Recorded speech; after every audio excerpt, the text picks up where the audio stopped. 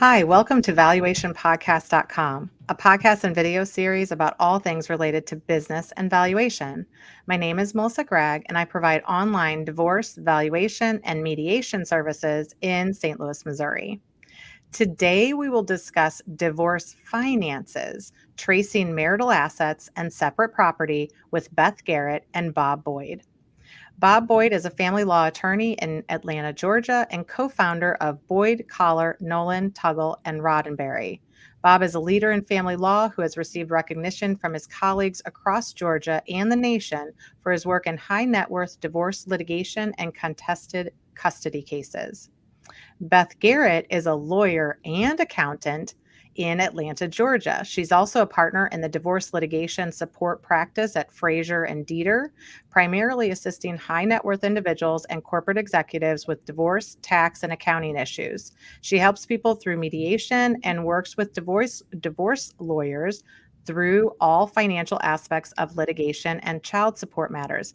She's also a valuation expert and has a credential. Welcome, Beth and Bob. How are you? A lot of these assets that we're trying to figure out what we can trace, can we trace a house? Because I think you get into a house may not be an issue in a long-term marriage, but it could be a significant issue in a second marriage, in a marriage that somebody's getting later in life. I mean, even right now, for the most part, over the past decades, so many decades, the age to get married keeps on going beyond, so when we're getting up to our 30s and in our 30s and 40s and getting married at that point, we have collected these assets at that point, right? And so we talked about a house.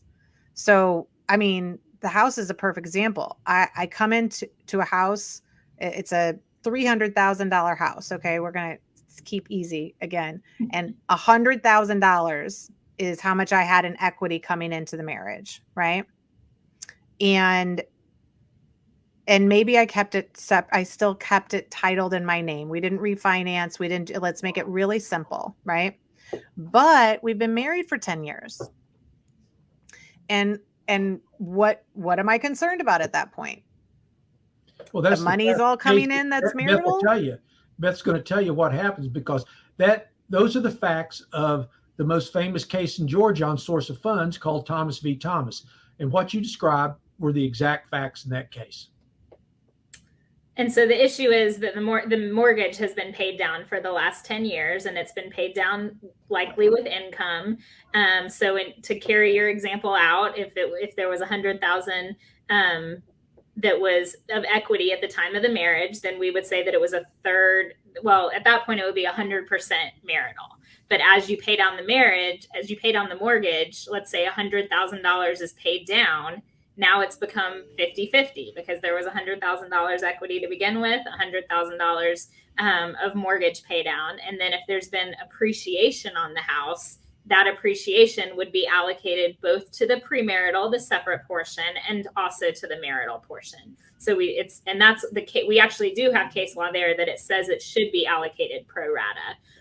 Obviously, it gets hard there with a house because in 10 years, the appreciation is not necessarily rateable every year. It might dip down, it might go up, but for the most part, everyone looks at sort of this overarching umbrella of the total pay down of the mortgage, the total equity at the beginning, and then the appreciation.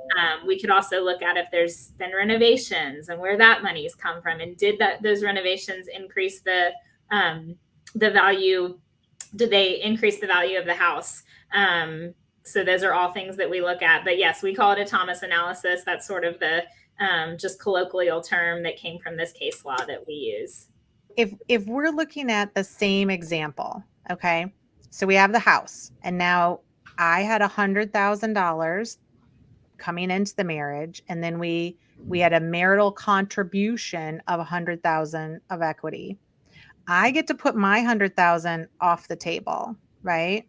And so now we're just have this other 100 that we're kind of splitting between us. Does the judge have to split it 50-50?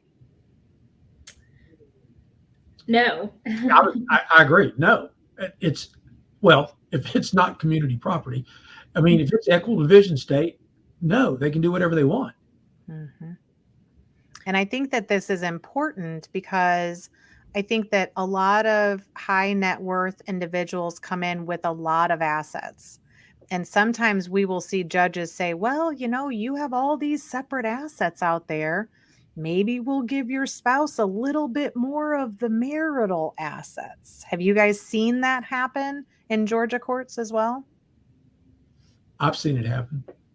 Yeah. So, I mean, I think that you have to be open to the fact that this tracing isn't always specific, right?